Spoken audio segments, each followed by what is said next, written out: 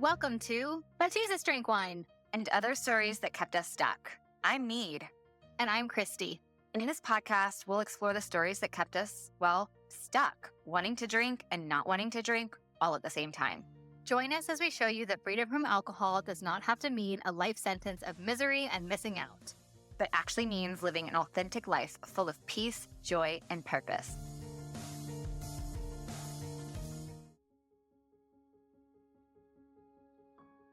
Hi, my beautiful friend. It's Christy here. What if this Lent wasn't just about giving something up, but about stepping into something greater? What if after 40 days of no alcohol, you woke up on Easter Sunday feeling fully in control, refreshed, and renewed? We're coaching through my book, Love Life Sober, a 40-day alcohol fast, kicking off on March 5th. There'll be 2 coaching calls a week, and don't worry if you can't make them live, we're going to record them for you in our private But Jesus Drink Wine community. To get all of the information, just head to the show notes where you'll find a link. We can't wait to see you. Hello, friends. Welcome to the But Jesus Drank Wine pod. Mead here with you today to introduce to you our dear friend, special guest, Brandi Babb. Brandi and I met back, I said 5 years old. I cannot even believe that. But we met when I was training to become a coach. She also is a fellow certified coach. She's just one of these people that I should say, I was drawn to. I think you will be too, for her calming presence, wealth of wisdom, just really genuine nature. She's just one of those people that you're like, she's just the real deal. I love any time I get to spend with Brandi, and recording this was no exception. For those of you who don't know a little bit about her, she is a certified coach and somatic practitioner emphasizing alcohol change. She quit drinking in 2019, and because of the change she experienced and the impact of coaching, she decided to transition from a training and ops executive into coaching as a profession. Her coaching focuses on the whole person and how alcohol is often a temporary solution to things like dissatisfaction in other areas of life, lost sense of self, unresolved trauma, or nervous system dysregulation. And her coaching focuses on resources and wisdom that each person, already has, but maybe can't quite access. Brandi lives in Long Beach, California with her husband, Jess, of 20 plus years, enjoys being on or near the water. She enjoys hot yoga, sushi dates, time with family and friends. She's the owner of Little Big Leap Coaching and co-owner of the Zero Proof Life online community. And we invited Brandi to come share her freedom from alcohol story, which I know you're going to love hearing. And also to introduce to our audience this idea of somatic therapy and what it is. It's something that is buzzwordy and trendy within the last few years. And while Christy and I don't have any professional experience per se with somatic therapy, personally, I've dabbled in, I have a very, basic understanding of it. I've used some of it in my life personally, but I recognize the importance of including the body in the conversation of changing the stories that keep us stuck, whether it's with alcohol or anything else. And I love that Brandi is so knowledgeable in this as a somatic practitioner, and what she offers us today in this conversation is just a very, very top level basic idea of what it is. If you leave today with more questions about what it is, you can certainly reach out to Brandi at brandibabb.com or find her on Instagram. All the links are in the show notes. Or consider joining us in the But Jesus Drank Wine community, because Brandi will be presenting a masterclass on somatic therapy in March with us. Every month in the community, we invite a special guest to come present, not just present, but kind of walk us through a workshop of sorts with whatever their area of expertise is. And the somatic therapy workshop masterclass is going to be incredible. So join us if you can. I think you will love this conversation today. I think you will love that masterclass in March. We'd love to see you in the community. Without further ado, here is our combo with Brandi. Hello, everyone. Happy Monday. Welcome back to the podcast. We are so excited to finally have Brandi Babb with us. Yay. Brandi and I have been trying to meet up in California for the last 100 years. 100 years. Yes, definitely. 100 years. And you and me go way further back than even I do. So, yeah, we're so glad to have you. I really appreciate it. Both of you, Christy and Mead. It's a pleasure. It really is. It's an honor to be here. So I'm so excited we get to have this discussion today. I'm like, let's have a little catch up and share it with our listeners. We get Exactly. to, yeah, be plugged in because you become a somatic practitioner. You've gone through a program there. And I think that's going to be something that's so intriguing to our audience. So I can't wait to get to that part. But for those of you who don't know who you are, can you give us your little background? How did you get to this point? Your freedom from alcohol story and how that ties in, of course. Yeah, I'd be happy to. We'll start way long, long time ago, right? Like just a quick background element of it is so I was very much, I always like to preface this with like, I was a good girl, right? Like I was the good girl growing up. I went to Catholic school, was very involved in my church family, like very involved, like the oldest child, all of these things, and really like to follow rules. And so I didn't even start drinking until I was 21 years old. But what I found this started rather early was a little bit of a split for me of having kind of this like private life that was separate from the world I was showing on the outside. And that's a consistent theme that has shown up over the course of my life. And it's interesting because I think that will show up a little bit when I chat about the somatics, like when we talk about that. And so over the course of, I didn't start drinking until I was 21. But when I started drinking when I was 21, I was actually actively working at a church. I was also then having this kind of like flip side of my life, going out, being at bars until 1, 2 o'clock in the morning, these uh, just uh, not, I wouldn't say actions and behaviors that I was proud of. And my life was starting to feel really separated and misaligned. And so I, this started going on, and what started happening from is that more of my faith life started going to the side and my alcohol life started picking up. And you hear that often in the stories that are told here.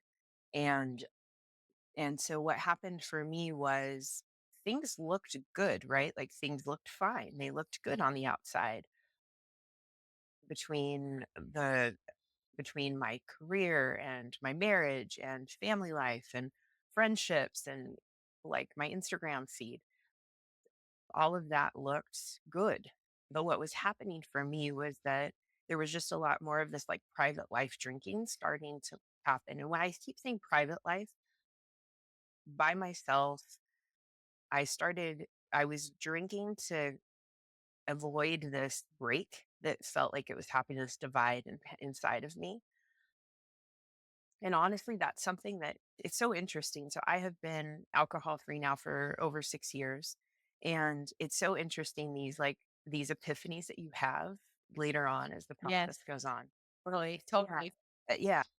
I This is more of an epiphany that's happened in the last year or so, that this division was actually really a big reason for my continued alcohol consumption, my Yeah. increased alcohol consumption, but then also my need to stop it too, because of feeling really this these two just like bucking up against one another.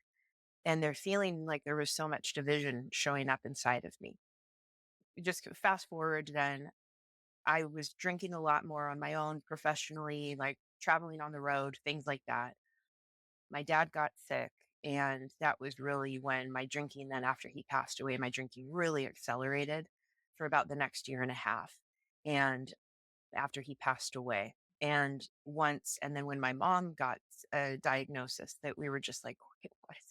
Come on, enough's enough." Just it was shortly after my dad passed away that this happened. I had this huge wake up call between Christmas and New Year's where I just made this decision. I was literally in this hallway behind me, and was down on my knees and I'm like, please take this away. And that wasn't the first time, right? Like how many times have we just dropped and said, I don't want this anymore. Please take this away. But this, I was like literally just on my knees crying and praying and just like begging, please take this away. And it was in the next couple of like weeks that I made this decision between Christmas and New Year's. I like avoided a phone call with my mom. Whew, still makes me emotional. Avoided this phone call with my mom because I had been drinking and I knew she wasn't going to want to talk to me in that state. And I didn't want to talk to her in that state. And I realized I'm like, there's so much sacrifice. There's so much that alcohol is stealing from me. It's stolen so much of my sense of self and identity and all of the relationships. That was it. I was like, something has to change. And I had done stints here and there, 2 weeks off, 4 weeks off, 6 weeks, but it was always just so hard. And I was just always couldn't wait to go back. So the not drinking started then at the beginning of 2019. And I did that alcohol experiment and something was just different. 2 weeks into that process, I was like, I think I might be done. Like I all of a sudden realized how I was using the substance where I hadn't really paid attention to that before. I had been avoiding really looking at how I was using it. We get to be so good at avoiding and alcohol really helps. So that really started the whole then learning process from there on out. And yeah, now fast forward 6 years later, that's a whole nother story in itself, right? Then what happens after you quit drinking. And I think that's the most interesting part of this process is the what happens after you quit drinking and what continues to reveal and what continues to open up and like the possibilities that become available to us because we get back to these people that we were created to be. We get back there. And I know for me, I didn't know for the longest time that I had been really squashing that and separated from it. Indeed, it's like putting this wall up between you and God is also putting a wall up between you and yourself. Like I believe there's just no way to have one without the other at this point. So that's a short snippet of how I got here today or how I decided to make the decision to quit drinking. Yeah, I love so much the way that you describe the divide Mm. inside you. Like I wrote it down because first of all, so resonate with that, but I think our listeners will as well. Can you just talk a little bit about how that divide feels as well as a believer? Because I think for us, it's very prevalent in the gals in our community and anyone that's listening that has a belief that feels like they shouldn't be drinking, but they want to drink. Yeah, yeah, absolutely. I think one of the big ways that it feels is well, and I would associate it immediately with the word shame. Like shame is so often what comes up when we feel divided because for me at least there was how I was presenting myself and then how my behaviors either like behind the curtain or my behaviors like my internal behaviors. And so the big emotional response would be shame. So I would say that's how it really felt. And not just shame in the world, but shame in my faith. I need to hide like I there's no hiding Yeah. but I need to hide. And so, what does hiding look like? Hiding looks like staying out of prayer, staying out of the word, not going to church, not building that friendships with believers. That's really how it started showing up for me and how it continued on for a really long period of time, too. Being quiet about my faith, like all of those things. There's so many ways that it shows up. And it was really this breakdown between how I knew I was intended to be living, Mm. how I like knowing what God's word said and being called towards that and seeing these patterns and behaviors show up in my life, often rooted by alcohol that like just felt so disaligned. And so it's such a thief in that way. And so I would say that's probably where the greatest divide was showing up for me and how it really from a somatic perspective, and when we're talking somatic, it's like full body, right? Like it's every element of this. It's the physiology, it's our physical sensations, it's our emotions, it's all these different elements of us. And it's been interesting because over the course of these last couple of years, as I have been really diving more into somatic work, so much of my own somatic work, there's this like separation that happens and it's gotten smaller. It keeps getting smaller. So, what I mean by that is that literally, like, I will be working with sensations in my body and I will see a wall or I will feel a like pull separating two halves of my body. It's really fascinating to see how that can present itself in so many different ways in our life. And so I have really been working on breaking that down, and that a lot of that breakdown happens outside of sessions. It happens outside of, it's not happening just in my somatic work sessions with my own somatic therapist, but it's happening with me bringing in the behaviors and the patterns that actually support that merging back together and that alignment coming back together. I hope that answers your question, Christy. Yeah, 100%.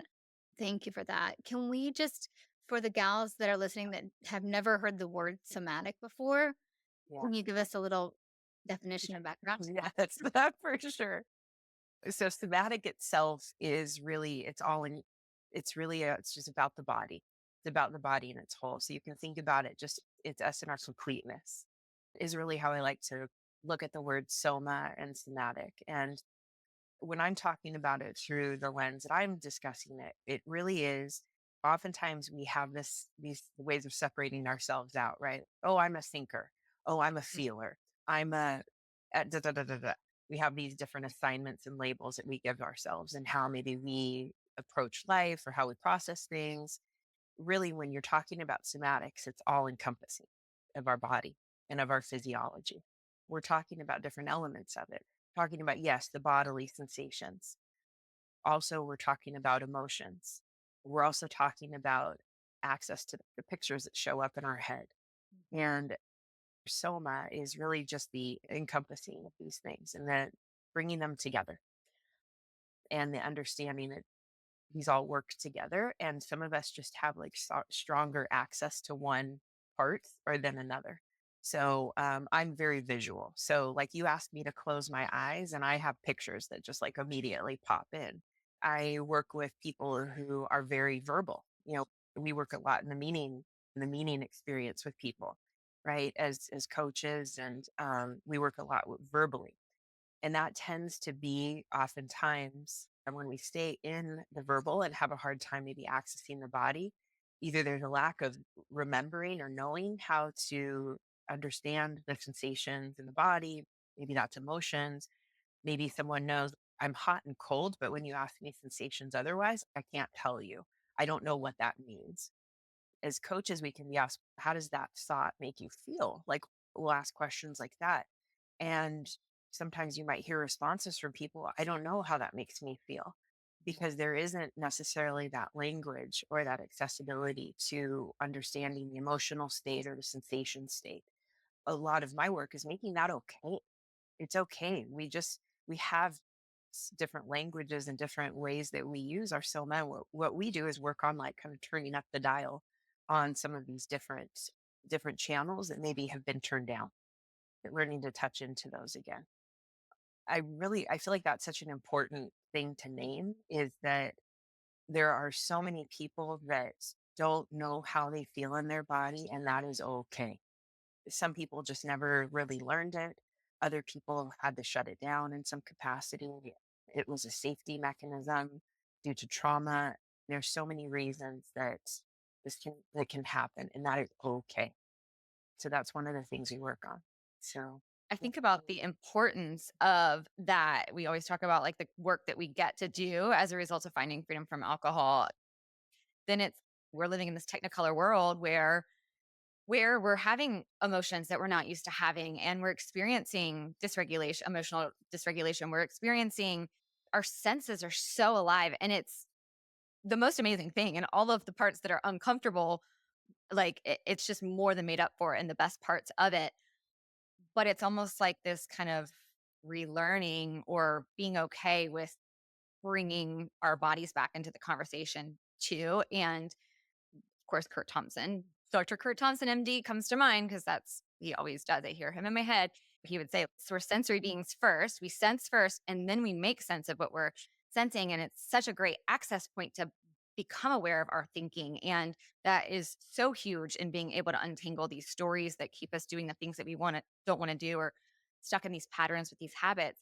And also, similarly, if we have another clue to what's patterned in there because of the sensations from our bodies and what we're discovering as we're free from alcohol and as we're just taking a break from alcohol, how much more valuable that can be. So I guess that's a long kind of way of asking you, like, why is it important to bring this into the conversation? Absolutely. One of the things you just touched on there, Mead, which is this idea that we sense and then we make sense of the sense. Mhm. And when we're sensing first, this is where a huge part can come up in, we'll say, the trigger process, right? So the cues that are available in our environment. One of the really tangible ways that somatic work has come into play for myself and clients is being aware of that, like that place between not wanting to do the behavior and wanting to do the behavior, and what exists in the middle. What's the feelings that Mhm. are in the middle of that? What are the sensations and the cues that are in the middle? Because it might not be necessarily even what's going on inside of your body. It could be the familiarity of the chair that you're in, Yeah. right? Like it Hmm. could just be the familiarity of that particular seat at your kitchen table, or Yeah. your hands on the cutting board in your kitchen. There are so many things that are these cues for our that are going on. Oh, my, I touch this cutting board, and then that means, oh, I pour a glass of wine as I'm getting ready for to cook dinner. This process of really observing what these sensational patterns are, and these sensational behaviors, and where we can might be able to pay attention in a little bit different way.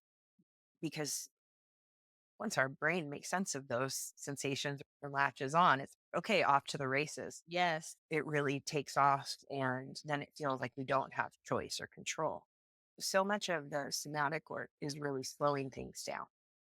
It's really like slowing things down and elongating experiences. Those, and really the pleasant ones. Like, we're not about sitting Yeah. in a muck and being like, all right, I'm going to get down and dirty with my horrible over memories and emotions. Yeah. That is not what it's about. We touch there to know and experience like what's going on. And then we come back to what is okay, what feels good in this moment. Like, so touching my cutting board, whoa, all of a sudden I've got a craving for wine. What's that all about? Okay, now I'm going to pay attention to the red pepper that I'm chopping, right? Like, I'm going to smell that. I'm going to take a bite of that. I'm going to Mhm. change up my sensory experience in some way. In the world of somatics, it's all about the autonomic nervous system regulation. It's like such a hot phrase right now. And there's so many amazing resources and tools we can pull in.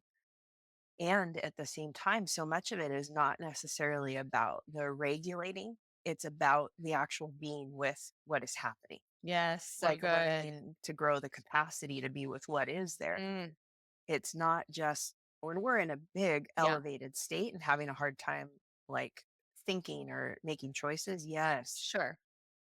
Or gosh, this craving is just taking over and it feels like it's too much in my body. Okay, yeah, we need to do something. We need to get in there and change and go for a walk, or move some of the energy out. Or maybe it's the flip side of that, and noticing our feet on the ground and really allowing ourselves to just be still for a moment. The part of it is really just, oh, this is what a craving physically feels like in my Mhm. body. Can I be with it a little bit more? And now, can I notice something else? Is there something else available to me than just the craving? Is there anything else that I can become aware of? Okay, I feel the craving in there. Okay, I'm going to pay attention now to that red pepper that's on my cutting board. And I'm going to pay attention to the sound of chopping it. And I'm going to pay attention to the smells that are coming out. Oh, now I'm going to take a bite of it and notice, like, oh, that tastes really good. Oh, not that the craving is going away, but there's something else available there. It's not the only thing present. Yes. It's so good. You're not overtaken by the one sensation and thought, okay, now I want to drink. Imagine stepping into a vibrant, warm community where faith, friendship, and freedom from alcohol all come together. That's exactly what you'll experience in the But Jesus Drank Wine community. Each week, our members gather for connection calls that feel like a breath of fresh air, a time to share, grow, and support one another. With an encouraging leadership team, a dedicated prayer request space, and connection opportunities in every time zone, you don't have to walk this journey alone. Plus, we bring you masterclasses with expert guests, optional book clubs and Bible studies, and so much more. And for those ready to go even deeper, we offer a small group coaching space called The Missing Piece. With weekly recorded coaching calls, it's a supportive place for women committed to breaking free from alcohol. We're here to hold space for sober and sober-curious women who love Jesus or are eager to reconnect with him. Wherever you are on your path, you'll feel seen, supported, and strengthened here. As one member described, quote, the BJDW community is unique because there's a connection between faith and freedom from alcohol that I haven't been able to find in any other online space or through my church. Ready to join the sisterhood?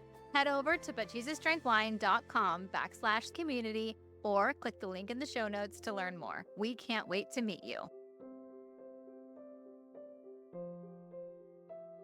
It's what I love too is what you said about just it's about slowing down and we live such fast paced, go hustle lives, which is why alcohol, we give it this tiny little opening and why it comes in and does what it does. And all of a sudden, we're not paying attention not only to not how we're feeling or sensations, but to anything. And this is just, it's so amazing to me. How did this become your like next path for you from Yeah. sobriety coach and now entering into this work? Yeah, there's a few reasons that I ended up moving into this work. And as you both know, like we were talking about, there's so much that comes up after we quit drinking, right? There's so much that comes forth.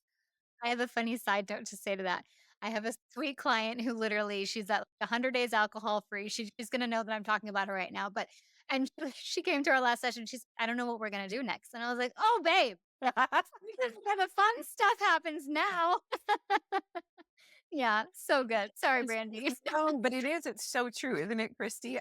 Yeah. It's yeah, I don't even know. I can hear my voice like, because I don't even know where to go. It's available, like Yeah. the good, but also the learning, right? And I think, and that's where I was at. Like I realized I had hit this kind of plateau for myself, and Mm.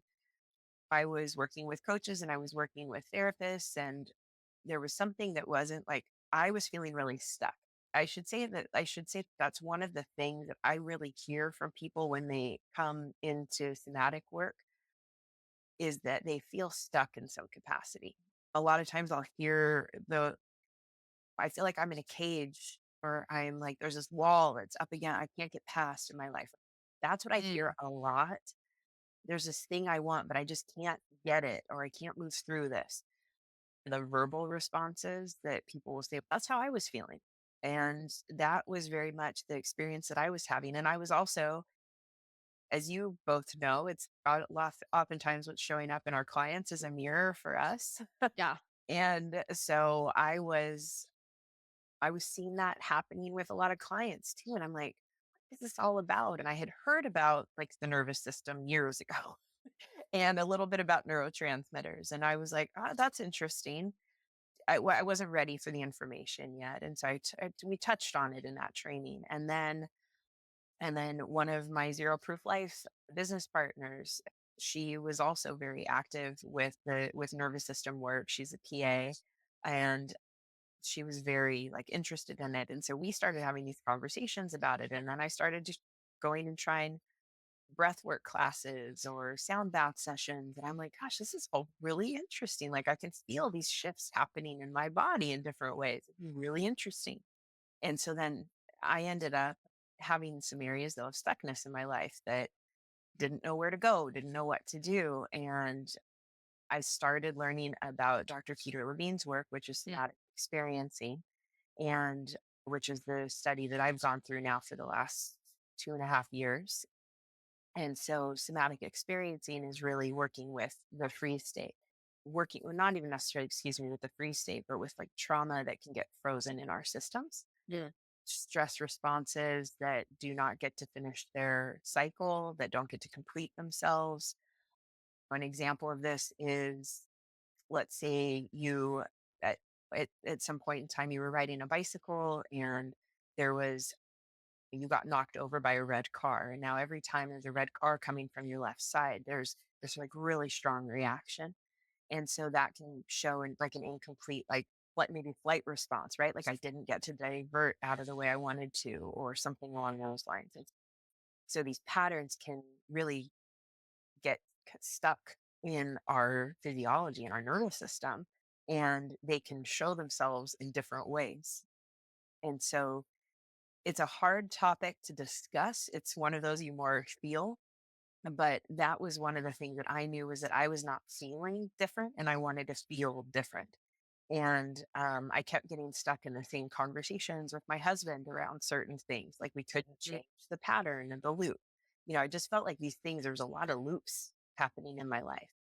So I got into the work myself and started getting sessions, and I went into studying it. And all of a sudden, like these loops started loosening up a little bit. And it's really interesting. So I can give you a really tangible example of something just in the last year for myself. About 8 months ago, I had an accident and I was at a trampoline park, and I ended up having a pretty, I ended up dislocating my ankle, rupturing my Achilles fully. Yeah, I mean, it was wild. Yikes. Yeah, so it's been a long last 8 months. It's been quite an experience. And I started watching football. I love the NFL, right? I just love NFL games and really enjoy it. My husband and I were Are watching. you picking for the Super Bowl? Oh my gosh, I want the Eagles. I'm a Denver Broncos fan. So I think Casey, no more. Okay. Yeah. Okay. How I have about no idea yourself? what I have no idea what y'all are talking about. It's coming up, right? I haven't had time to prep. And also, can I sidebar this too with, we have our youth retreat this weekend and we're taking the kids to the trampoline park. And I was like, literally in my head yesterday, I was like, I really want to jump. I'm like, am I too old to jump? I don't know. I have this labral tear on my hip. That's probably not the best idea. Yeah, no, I really want to, but I really want to jump anyway. And what you just said, Brandy, about this, I was like, okay, God, is that you? Okay, There's your wink. I'm not trampolining this weekend, you guys. I'm not. I got it. I can't do it. And you do emails. No, I'm just kidding. Yes. No, you would not believe though the amount of people who have told me about their accidents that they've had since this happened to me. I had I known that, I never would have gone on. So you're stuck down and out with these Yeah. injuries from trampoline park and you're watching football. Yep. Yes, yes. So I'm trying to watch football, but what was really interesting is that anytime there would be any kind of like tackle or any kind of like potential for an ankle injury or a lower leg injury, I literally had this like huge physical reaction, would have to turn away from the TV. I would Wow. plug my ears and close my eyes, and I would have this like huge response. I couldn't look at it. That happens, right? Like, that happens after we've had accidents or witnessed them. And so I ended up starting to work on this and not work on my response to the NFL, Yeah. Yeah. but just work on my overall response, because that was also translating to, I can't trust my foot. Like I can't trust my leg. So it's been really interesting, because as I have been doing the somatic work, specifically around my own injury and experience, I have been able to move forward in my physical therapy further. So Mhm. it's really interesting. There's less fear that's showing up. So it's, like we were talking about, opening up that cycle, like breaking that cycle, loosening and giving more access roads. That's what it feels like has been happening for myself internally. So that's a very specific instance, but that's a lot of how slowing things down and letting the body do what it maybe wanted to do at some point in time and it didn't get to, and giving it the time and space here and now to get to do what it actually wants to do is pretty amazing and powerful. We just bypass those so often. Yeah. Yeah. Yeah. Thinking, Move on to the next thing. Yeah. well, I'm thinking about, like, for the two of you, can you think of any times like when you were drinking that you would use alcohol to not experience something. Yes, all the time. Yeah. Yeah, small talk. Mhm. Yes. Yeah. Mhm. And Yeah, so to what get through it. Yeah. Yeah, exactly. And so what shows up in small talk? Mm. There's discomfort, there's anxiousness, probably. There's like Yeah. discomfort in the chest. There's a like maybe a franticness, and there's all these sensations that show up. And what we translate them to is, are they gonna like me? Are they gonna be okay? Am I going to be received? Am I gonna be rejected? All of our like hugely these like deep seated beliefs come up, and those sensations send those signals that, yep, nope, this isn't safe. This isn't safe. Get out of here. Like drink. That's how you're going to get out of here. Yeah. You don't have to feel any of this. You just ride through it. So, We don't know how to be uncomfortable because we have a million things at our fingertips literally all day long, especially these little, singular things that help us not have to I feel was holding up a phone for anyone that's listening. I hope yes. yeah. Holding up a little phone, you guys. I forget that we just, on a podcast, it's audio and they can't see me, babe. But yeah, the world does a really good job of training us away from being able to slow down and pay attention and experience and be uncomfortable. And if we are uncomfortable, and then it just gets programmed into our way of being, into those habit loops, both in our thinking and our being. And so much of this like process that I had no idea, but is so great that we get to do is it's like finding freedom from alcohol doesn't just give you freedom from alcohol. Like it gives you freedom in so many other ways of where you have those coupled responses already set from the last 40 years of your life or whatever. And what you were saying, you're experiencing new possibilities from that. I always say this isn't for me, I never resonated with this. This is a recovery journey. This is a discovery journey. And that discovery that we get to do, it's, oh, I don't have to continue dreading XYZ. I can be uncomfortable in this moment. I'm going to survive it because I've been really intentional about experiencing it. And then that just builds those reps for then now I'm going to be in that social situation where I'm going to have to do the small talk thing.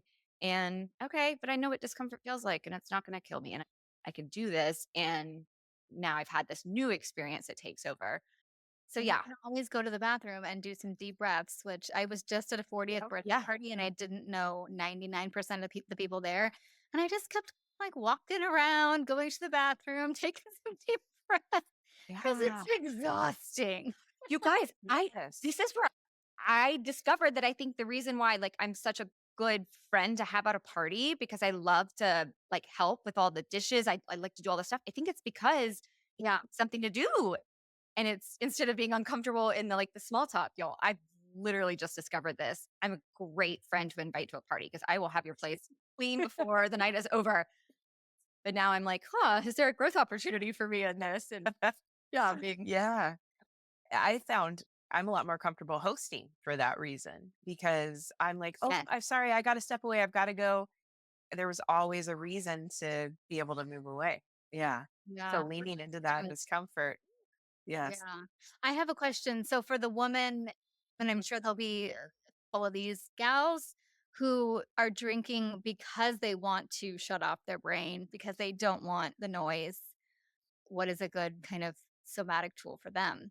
Yeah. So a good somatic tool I would encourage is, honestly, the first thing is we've got to pay attention in order to be able to start knowing what we have to do. What I always encourage people to do is, it's not about when the craving hits, it's about the things before the craving.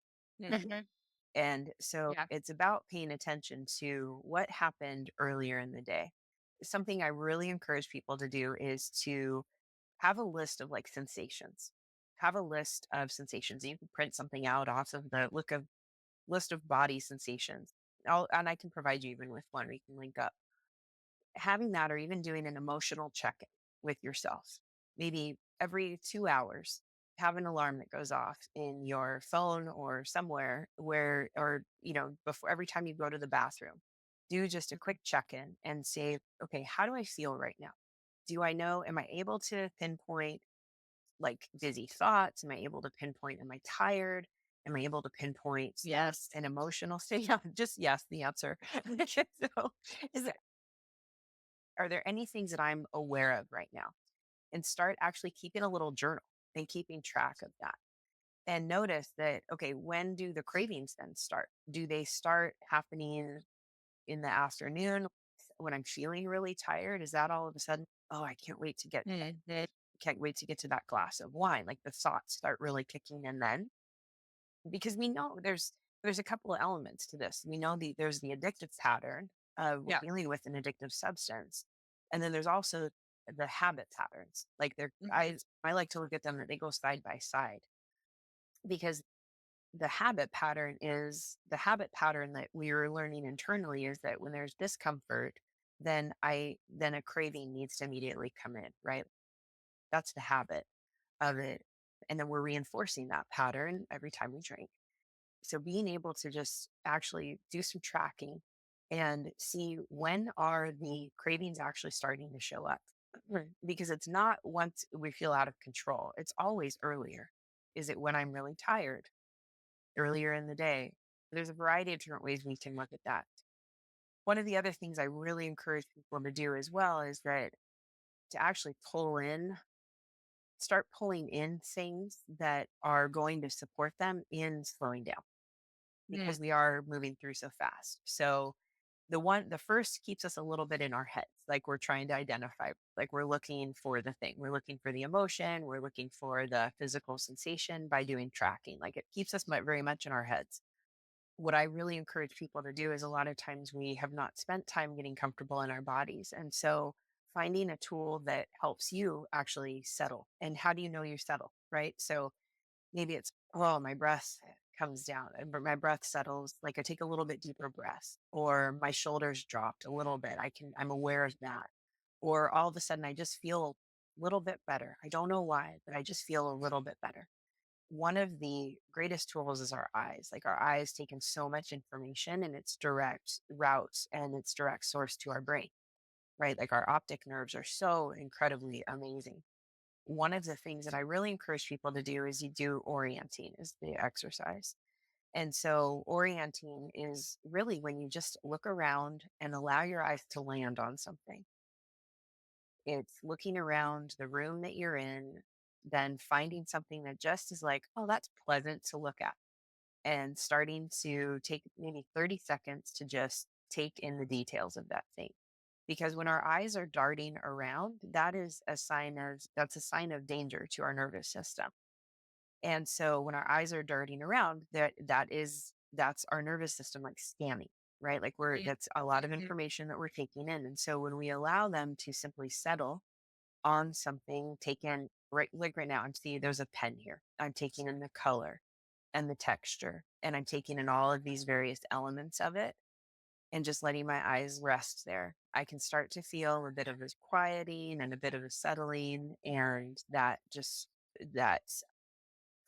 I all of a sudden I'm like, oh, I can feel my feet on the ground. I wasn't Mhm. aware of my feet on the ground before. That's a tool that I encourage people to just bring in, and to be able to pull in and do that like anytime you get in your car. So bringing like habit stacking, bring these things in anytime, like I mentioned earlier, you go to the bathroom. These are ways that you can tie them and start noticing that you have some control over how you feel in your body too. Because that's part of it as well, is that we feel like we have a lack of control. Like this feels so uncomfortable. I don't have anything I can do about it. So alcohol is the thing that I'm going to bring in to do something about it. Gosh, when you were just saying that, it makes me want to go and rip the phones out of my teenagers' hands so bad. Yes. Yes. Yeah. Side note. Oh, absolutely. And one thing I will offer, because I know that's such a point of contention for parents, especially, I'd imagine. One thing is that phones can actually be really regulating for people too. Okay, I'm So not not gonna love that. scrolling, right? Don't tell me this. She's like, Not "Stop listening to the people on social media. It's who I'm telling you that the phone is melting my brain." I'm like, "No, but it is." and it's like the patterns, right? It's oh, the next hit.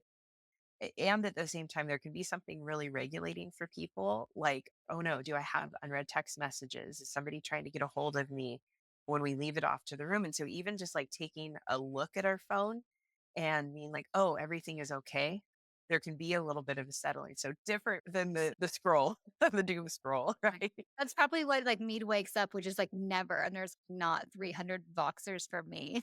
She's like, I can breathe. I don't have them for you, so I'm sorry. No, I don't have notifications on, so I get to see. I don't use notifications on anything, so I just look at them when yeah, you just get me when I decide to look at them. So no, you Smart. boxing away, baby. I need to, I need to do that. That's a I'm good telling you, freedom from notifications. Yeah, It is a dream. It's a dream. It's yeah. amazing. Great It's idea. amazing how much, but yeah, all those little stressors throughout the course of our day. Yeah, I know. Having all of, I can appreciate all of my business partners are outside of like where I'm Pacific and they're all Yeah. further east. And so it's the same. I wake up in the morning and I'm like, oh my goodness, I've got the mess. I'm like, Christy, I know that you've already done a full day's work, but I'm like literally with my eye open. Oh my gosh, you guys, when during COVID, for some reason, I don't know why, but it feels like I'll just speak for myself. I put the BBC because I live in the UK's alerts on my phone. And when they pop up, they play like the BBC like jingle or whatever. It goes rah, rah. And because it was during COVID, and so like the alerts were like, these many people died, and now our prime minister has it. And da, da, da, da. Now every single time it goes off, I'm like, oh my, I do have a reaction in my body. I really need to turn that one off, especially with the current news cycle. But it's just, I need to turn that off. Christy, that is such a perfect example though of Yeah. exactly what we're talking about and how those responses It goes live. up. Yeah. Yes, exactly, exactly. And so just paying attention to those, sometimes it is as simple as, okay, that's something I should probably just avoid. I can turn that off. Yeah. Yeah, yeah. We're preaching to the choir here. Sometimes it's like realizing those things that are bringing undue stress into our lives, but also acknowledging, oh, is that something that needs some attention? So, Yeah. yeah, And what that impact can be. I love too that this conversation leads me to what we always say as well is just being curiosity around what we're thinking, what we're feeling, what we're experiencing, what we're imaging, what we're hearing. Being curious to those things is such, in my opinion, something that was such a gift of finding freedom from alcohol. Like it opened curiosity in me for me to be able to then pay more attention to all of these things that then allow me to take more intentional responses or intentional action versus just always hitting that easy button that's just programmed in and pre-wired. So being curious about, yeah, yeah, 100%. I think one of the biggest places of curiosity where we have resistance after we've quit drinking is around our emotions. yeah, And we talk about discomfort so often. It is, oh, I don't want to feel sad. I don't want to feel angry. I don't want to, and we may not cognitively know that or consciously know that, but all of that kind of feeds in together. A lot of times it is, it's like, "Oh, if I start crying, I'm never going to stop." And then when we touch into that, it can be very discomfort. It can be very uncomfortable and very disconcerting when we first start accessing those things. So that's why even like we were talking about a little bit earlier, like there's this idea of learning how to be with versus shove aside or push down or move away. Because as we know, once we give something attention, then it usually shifts and changes. If we bring our attention to it versus we can either hyper fixate on it, like a craving, right? Like a craving, can get hyper fixated on and be like, okay, there's only one solution here. But a lot of times it's like thinking about like if you get floaters or like specks in your eyes, right? Like if you try and catch them, like you look towards them and they go away and they move. It's like you look towards them and they move. That's how emotions and sensations work a lot of times. It's like as soon as we start bringing attention to them, they start dissipating and they start shifting.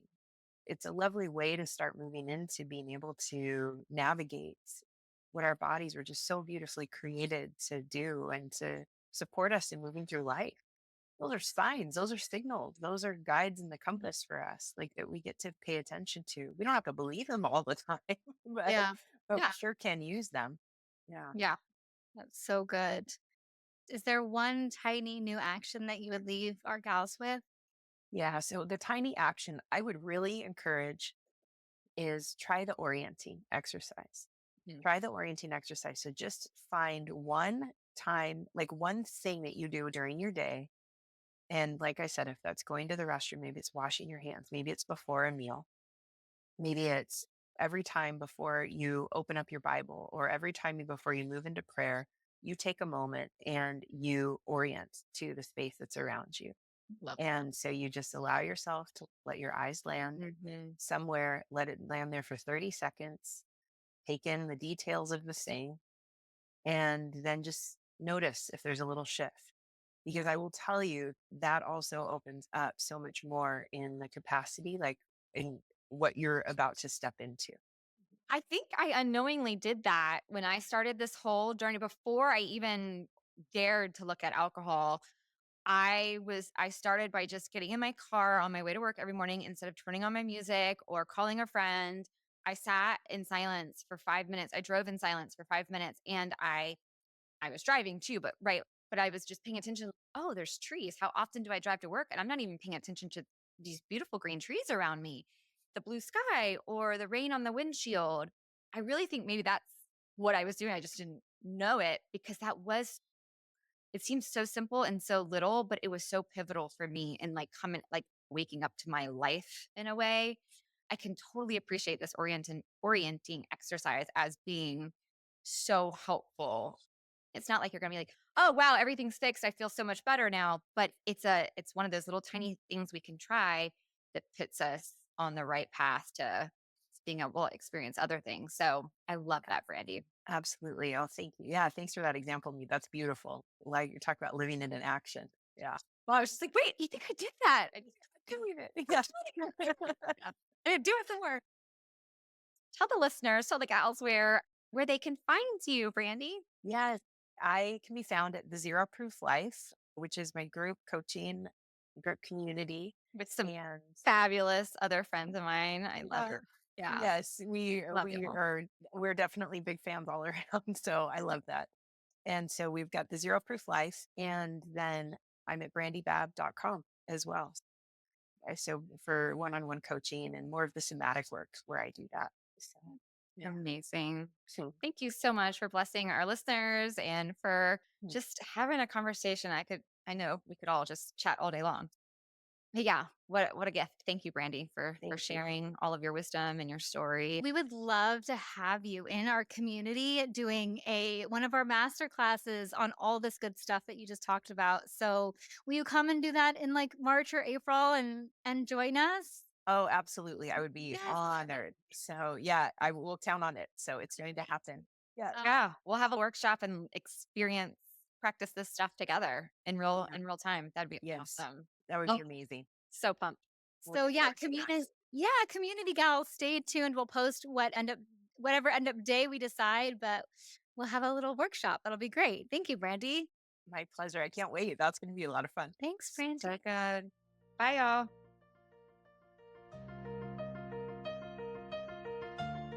Thank you so much for joining us again this week. You can find all of our episodes at butjesusdrinkwine.com and be sure to follow us over on Instagram, Love Life Sober, and I'm Not Sober, I'm Free. To learn more about what we do, you can visit our websites, meethollandshirley.com and lovelifesober.com. Take a screenshot of this podcast and share it with a friend or two. And don't forget to subscribe to our pod so you don't have to worry about missing a single episode. And if you love what we're doing, please leave us a review on Apple and Spotify.